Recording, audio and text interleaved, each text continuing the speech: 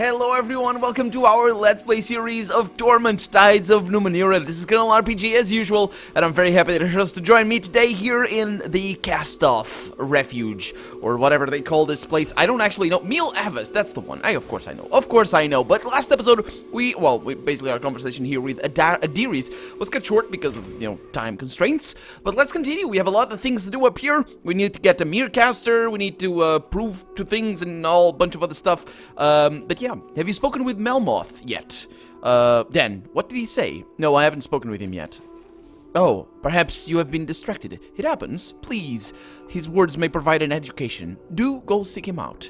Did you have any other questions for me in the meantime? Yes, I did. That's why I'm questioning you, because there's many things. I'd like to ask some questions about, cast-offs and all that entails. Of course. So, can you tell me about the cast-offs here? She spreads her hands in regret. Ordinarily, we see more activity here, and we would perhaps have prepared a homecoming for you. But rumor has convinced many that the sorrow has been more active of late. To ease their minds, I offered a vote to close the portals into the sanctuary. But I digress. The current guests include the Chalcedon, actually, Lady Ench, Helkashai, Andronos, Rima, Melmoth. I suppose you've missed my friend Padge. So few joined in voting against it, she thinks. Underestimated how afraid they all are. Actually, I didn't miss Padge, no, but I don't remember seeing Chalcedon and Andronos. I don't know these two guys. Maybe I do. The Chalcedon commands our creator's force in the endless battle. He's a true believer, a tightly wound man, but brilliant. Lady Amshay brings her trinkets from all over her mercantile empire. Poor Helkashai has been badly treated by the world. Perhaps you could have a word or two with him. Yeah, he's got the same problem Arites has. Andronos is, his best quality is that he is loyal to Padge. Perhaps I should say to the memory of the first, but he's also volatile and argumentative, and has devoted his centuries to fighting. You'll likely find him sparring verbally with Rima, whose devotion to the ideals of our sire is equal to his. Oh, that's right, I forgot about this guy. Andronos and Rima, they were arguing, and they didn't actually get us anywhere, so that's why I forgot. Excuse me. She smiles a bit. And then, my friend Melmoth, the leader of the Dendrohur, he's quite a charmer. Speak to him, you'll see. Easy, quite a charmer. Well, actually, I didn't really have any reason to say that he's not a charmer, but he's special. I think it fits the role of the leader of the Dendrohur, I think. So what can you tell me about the cast-offs who aren't here? A small frown crosses her mouth, a minute wrinkle in her brow. Our creator chose to live a bountiful life, and he has brought hundreds into the world. He has explored many forms, shapes, and sizes, and he has led some of our kin through time-twisting loops. I do not know all their names, but I hope that I might one day befriend them, even those who have been twisted into savagery. Even if I knew them all, I would not divulge their secrets, just as I would not divulge yours. And she smiles gently to take the sting from the rebuke. Yeah, it's totally fine. It's totally fine. I understand. So what can you tell me about the sorrow? I know little. Nothing about where it came from, nor its purpose, nor its true desires, apart from seeing us all dead. None of us do, though some of us have devoted centuries to trying to understand it. Indeed, the creation of Melmoth was intended for that purpose. But the first and the changing god grew complacent, and then they grew possessive, and then the endless battle. And she sighs, opens her eyes. Sometimes I feel that the sorrow must hunt us because so many of us are so very disagreeable. But in truth, I believe the sorrow hunts us because of something to do with the tides. Our unique powers tied to the tides must summon it. I have not seen the sorrow track other living beings, nor heard of it in any context but the cast-off situation. It must be the tides. It must. I suppose it must. What can you tell me about Melmoth, besides what you told me already? The name comes from a language predating our creator. It means Stone of Wonders. He and the first created our sanctuary jointly, sitting it on this plateau, because the devices they found here proved uniquely suited to creating a sanctuary and to power the shields that protect us. They brought more of us here. Our elders hid from the sorrow, or retreated here from the cares of the world. They built homes, laboratories, and more. The shields protected them from the sorrow's gaze, but when the first and the changing gods struggled, all that fell apart. The piece of Mil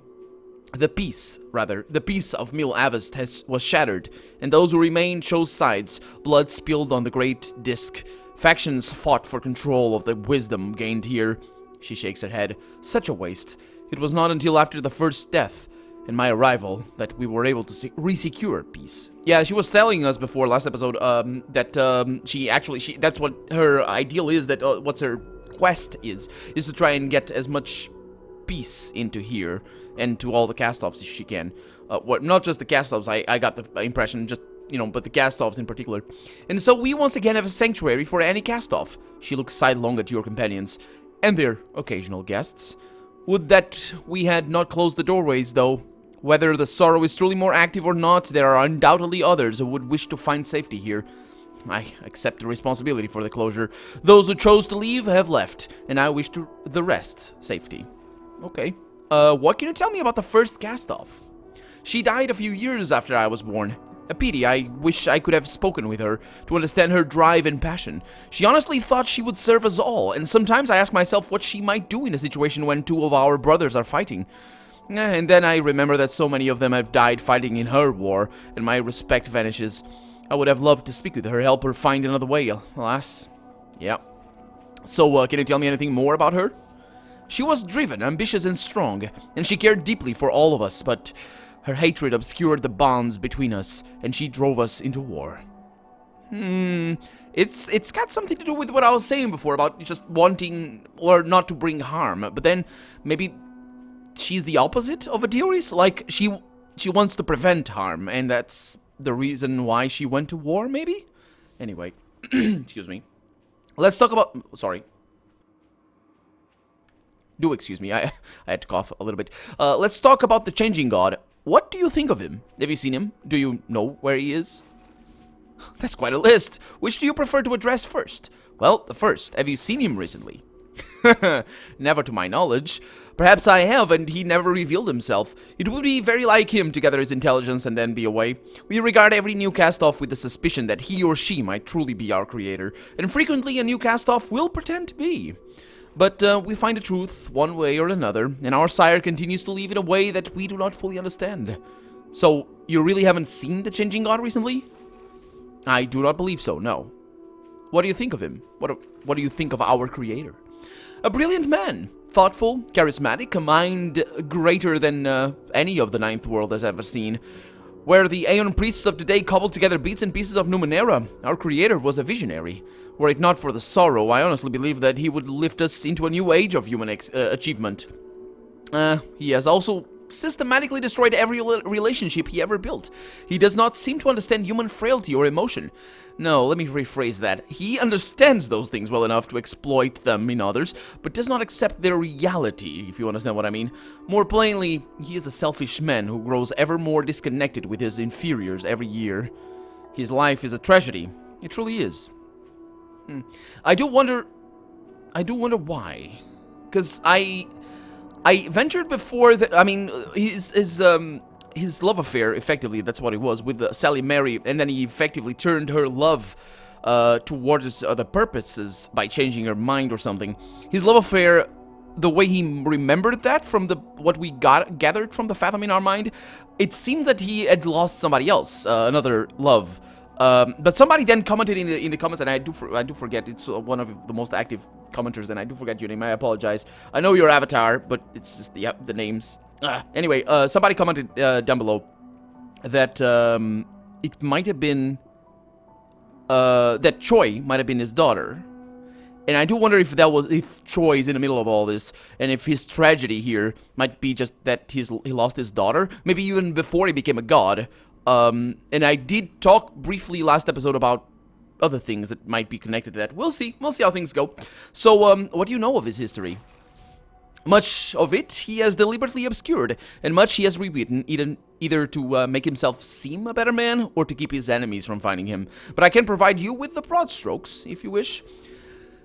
He saved the city of Sagas Cliffs from the Tabat, and it was after their siege that he focused so heavily on mental transference techniques, though we do not know why. He was successful in his attempts, obviously, and this is the first record we have of the sorrow in modern times. He traveled to another world, or dimension, and I have heard that this is where the first was born. His studies in the tides ran deep. He claimed to have spent lifetimes exploring them, and when he had remastered them, he destroyed the Tabat utterly. He brought the Order of Truth to Sagas Cliffs, and sought to keep knowledge alive by creating the Dendro Ohur. His life has been about the creation or preservation of wisdom. But to what end? There seems to be no pattern or goal. He does not seem to build for humanity, but for his own legacy. Should we emulate this? Well, I think it actually isn't for his legacy, but for his own ends, more than the legacy. I think he might be searching for something, more than self-preservation. I do hope that it's more than self-preservation, otherwise it would be... otherwise we're gonna need another fantastic character to top these things off. Maybe we're gonna get the ghost of... Or maybe, who knows who Mazov is gonna be. But we'll see. We'll see. Or maybe the ghost of somebody in a fear or something is gonna come out and just... Yo, I will... just be your badass guy and just fight this dude. But if he's gonna be the end villain or whatever, the antagonist at the very least, I do hope that he's gonna have other motives besides just self-preservation, because otherwise it's kind of poor. I'm not saying it is gonna be. I really don't think it is. So far, this game has not really disappointed me, but we'll see. I have other questions. What is that creepy pyramidal structure on the opposite side of the plateau? She gazes in the direction you're pointing at. Ah, she says, the ferretary. It's unclear whether she is saying the name with reverence or disgust. That has been here for as long as anyone can remember, though not perhaps when Mil Abbas was originally founded. What is known is that the first placed it there. What is not known is why. Rumors abound, of course, but as no one knows how to activate or open it, none can be proven. Really? Can't I tell her that I died? What? Because I think that might be the reason why it's there. What do people think the ferretary is? Oh, the predictable legends. An escape pod of some kind, a final defense against the sorrow should he break through. A repository of the first treasures. I heard one person suggest that first herself was still alive, preserved inside, and that she would return when we needed her most. It's clear that it's a protection of some kind, but whether it's to protect us or what's inside it remains to be seen. A protection? Okay, so that is not a way for me just to die. That's something else. Okay, well, farewell. And you also, she says. Well, thank you very much. Even though I did not say farewell, I said farewell, which is a single word. Let's go over here to Lady Amshay. Come now. I know for a fact some of you could use my ciphers. Oh, yeah, so... No, actually, it's not you that I need to talk to. Oh, Chancellor. Did I... Chalcedon. Did I talk to you, mate? I think I did. He's gonna say hello again. No, it is not. I didn't talk to him. This man is less flesh than muscle, running in corded bands from his thick neck down his broad chest, wide arms, and calloused hands. He focuses on you, his cold eyes flicking from your face and the shape of your tattoo to the width of your shoulders, like a prospective buyer sizing up a particularly dangerous animal. Here he is, he thinks, the one I've heard about. But is he a resource or a threat? Then he smiles, and it is as wide and genuine as any you've ever seen. The most advanced of our sire's children, here at last. I'm surprised you didn't make your way here sooner.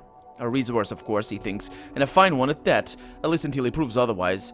So I think that might not be a really genuine smile, and the reason why I say that is because you can notice here that if you just read this, which is not every player will have access to. If you just read this, you would think that he is being, cunning and just trying to use me to his advantage. Not that he can, well, we'll see. Well, not that he has any ill intent in mind you, but still, I don't think that's genuine. You're not upset that I opened a portal? Well, he says, chuckling, there's a touch of unease in it, you notice.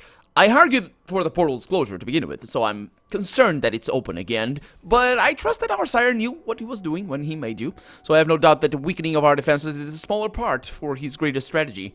And should something happen, well, I will be safe for certain, he thinks. Who are you? I ask. I am the Chalcedon, commander of the Changing Gods forces in the Endless Battle, the guardian of his grand design and his champion. He raises a self-deprecating hand. Self-deprecating hand? What do you mean? Not that, because of what he's gonna say next. Not that our sire truly needs my help, of course, but some here, in the very land he created for us, would rather acknowledge all he's done for us. He shakes his head slowly. Some of these disagreements can be resolved through debate, but not all, of course, not all. Okay, that's interesting. I did hear that from you, but have you seen the Changing God lately? No. But that's not unusual. His strategies absorb most of his time, which is why he leaves most of the work in the Endless Battle, and the diplomacy in Mil Abyss to me. Oh, okay, so the work in the Endless Battle and the diplomacy of Mil Abyss to me. That should be comas, not things. Anyway, he flashes a grin. As you might imagine, he measures time differently than us. It's been a number of years since I've seen him. I doubt our sire has noticed. Has he forgotten us? He thinks. Has he forgotten me? Why would he forgotten you? Why would you be special? I mean, I guess... Does he? Wait a minute. That's what he means. I will be safe for certain. I think he trusts the Changing God so much that he just... that's why. Okay. Tell me about the Changing God's grand design. Oh, as you know, he moves from body to body. He does this to test the capabilities of those bodies to their fullest, to ensure their strength. And when he has done so, he gives them to us, gives us life, so that we might continue using them in service of his plans. He is like a sculptor, honing his art. So you see, he's not flitting from body to body like some manner of vapid insect. Each cast-off is an improvement over the last. Oh, so that's why he said that. The most advanced of our sire's children. Okay, makes total sense. He lays a hand on your shoulder. Don't touch me. And he says... And that means, of course, that you are the best of us, and the most suited to help us end this conflict. The sorrow will find us, he says. Before that happens, we must end our conflict with each other. We must prepare our defenses. We must find some way to stop it.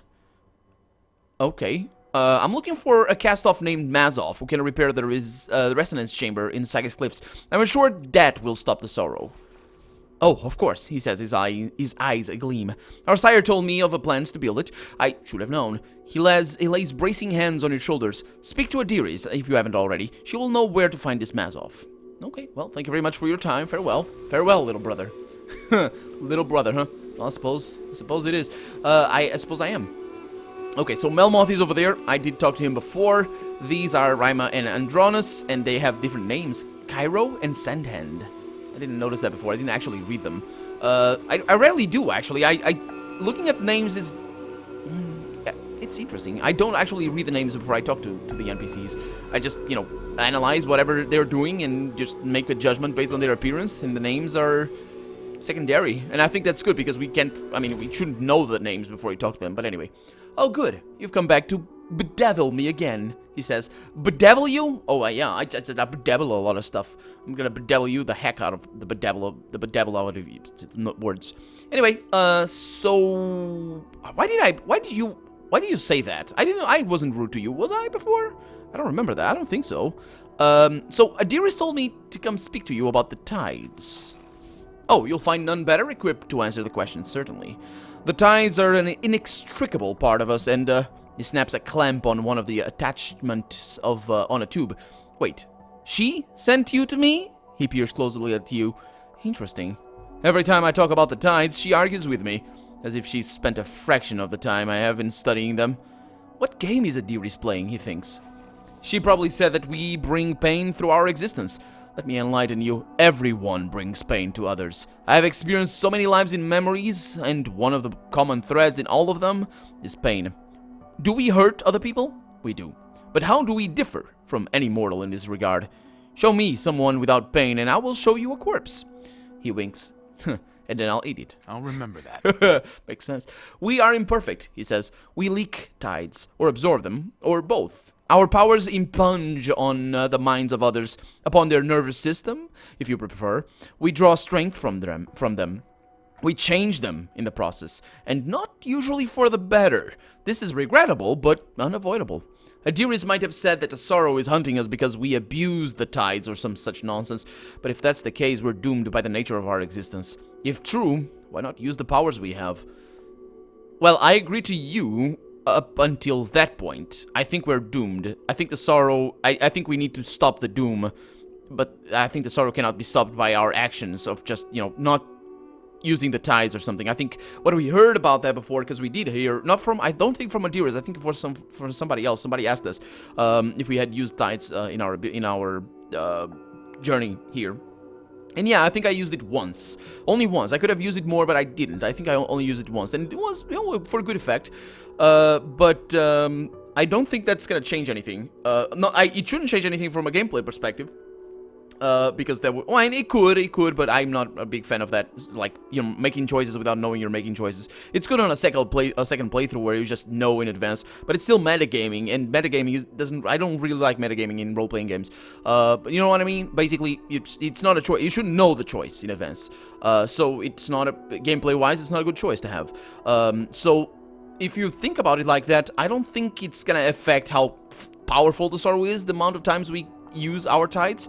But then, even from what he's saying, he's actually right, because we have seen the tides being used, even if, passively, I think, by Adiris herself. I think she was saying something, and my character felt the tides in her, so that's using them, and I think that's what he's talking about here.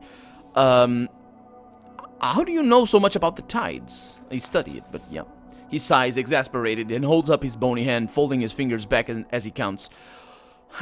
1, I am hundreds of years old. I can devote this kind of time. 2, I am dedicated to knowledge. 3, I will do anything in its pursuit. 4, I learned to draw memories from dead people. 5, I sought the dead who could teach me about the tides. Follow that trail of thought. You'll find me at the end. That's how I know. And why do I do this, do you think? Let me tell you, since you clearly wanted to ask. It's because the changing man thought the tides were important. Oh, that's a cool thing. That's precisely what I was venturing before, that he's not actually a god. I keep saying this, I keep going back to this idea, but this is actually the first hint that we really have of that? Maybe not the first, and I might have forgotten about the others, but that's good. The changing man, says Melmoth, thought the tides were important, uses the tides to shape us. Do you want to know more about how you were created? I did, and so I researched the tides. The reason for this is that I am not an idiot, unlike so many of our siblings. Yeah, he's coming off as a different character this time around, I think. Why do you think the sorrow pursues us? He waves a finger at you. I don't waste time worrying about it, like worrying about the death of the cosmos. It'll come sooner or later. You want a supposition? Here's a list. Because of our mad creator, vengeance, sheer bloody mindedness, maybe it loves the tides, or loathes them. Could be it hates what we're doing with the tides, but if you talk to our Adiris, say, you'll find she never uses hers. I use mine all the time, yet the sorrow will destroy us both. Yeah, that's also true. He adjusts, well, it doesn't actually mean that you're not contributing to an overall score of tide usage, but still, he adjusts one of the tubes on his outfit. I worry more about the deaths of others and how I might gain some of their knowledge. Not about the first death vendetta, or dead vendetta, nor our creator's desire to kill us, nor certainly not, an unstoppable monster from the past. Wait a minute. That's kind of... I'm kind of confused right now. How exactly... We did hear before that Changing God wants to kill the cast-offs from Matkina, I believe. And I don't doubt that. But then there's that guy up there that said he was the leader of his hosts. I mean, it's all the endless battle, though. I don't know. I don't think these guys are with the first. Oh, I think that's what it is. I don't think these guys are on the side of the first. I mean, they might not even take sides, but the thing is, I don't think they're fighting for the first cast-off, or for their followers, I guess, because she's dead. But more importantly, this guy at least accepts that the Changing God actually wants to kill some, if not all, eventually, of the cast-offs for some reason or other. That's interesting. What did you mean when you said the tides were an inextricable part of us? Did you think that you could come back from the dead because you were born lucky? Our bodies require tidal energy. Cut us off from that energy and we dissolve. It's the way we're structured. The way our sire created us. We invented a mental matrix and imposed it on the bodies he grew. Or he invented, not we. He invented it. I surmise that this matrix is what allows his consciousness to transfer and what allows the tidal energy to permeate our forms. Without it, he grins and pulls his hands apart. Splooch. But we have the advantage of being able to draw on this power for our own uses. He constructed each of us along different lines, and because of that, the patterns that hold us are different. Is it any wonder that we should be able to channel this into tidal surges? No, I don't think so. So what are the tides anyway? Where did they come from? Or where do they come from, actually? They're a psychic energy field. They pervade the greater Saga's protectorate, but the pockets of tidal activity are localized in the Ninth World. That suggests that though they're a natural force, they're also artificially induced. Civilizations have risen around their use, and civilizations have fallen. He scratches his nose. Not a thing. I've sought to decipher the accounts of those times, but the creatures that made them are strange. The sorrow shows up in images and sounds and spectra that I can barely understand. That's why I sought a better method. You get the occasional disease, a strong mind that doesn't want to share its memories with you, but everyone wants to be remembered. Talk to the voices long enough, they realize you're their only true heir. Makes sense, doesn't it? But talking to the voices is something that we didn't actually hear the other Dendro who do. I think they just acquire the memories more than actually talk to the dead. That's an interesting thing. Can you tell me anything more about the history of the tides? Maybe if you eat my corpse when I'm dead, you can learn some of what I know. The knowledge I have, too much for the spoken word. Okay, makes sense. I'm not going to eat you, though. But thank you for the offer. Anything else about the tides being tied into us? Because we have no choice. Were we to remove the tides? Yeah, he goes back to what he was saying before. Adiris thinks that the tidal surge on my birth was responsible for a devastating argument between two humans. It's entirely possible, says Melmoth. The tides are a psychic force, and when we're born, our minds snap into a particular shape and force out the residue. An unprotected mind nearby might well absorb some of that energy and react in unpredictable ways. But what of it? Does this change anything in your life? Two mortals had an argument. Oh no, boo-hoo! Yeah, he's definitely coming off as a different character. Maybe he was like this and I just didn't get that before. Let me ask you some other questions. Actually, we're out of time for the day, so let's ask him questions. Nope, I think that's that. Growling at you won't make you go away, I suppose, so ask. Don't eat anything I wouldn't eat. I think actually, yeah, I'm gonna cut off the episode here, but I need to go back to Adiris. So there we go. We talked to him about all the things, and that was pretty interesting. And let's hope that my suspicions come to fruition. But anyway, for right now, I'm Colonel RPG, and this has been Torment, Tides of Numenera. I really hope you've enjoyed it, and if you did, we also need to talk to Rin. So yeah, look forward to that. If you did, leave a comment down below. Leave a like as well if you enjoyed the video, but above all, thank you so much for watching, and I hope I'll see you next episode. Bye-bye.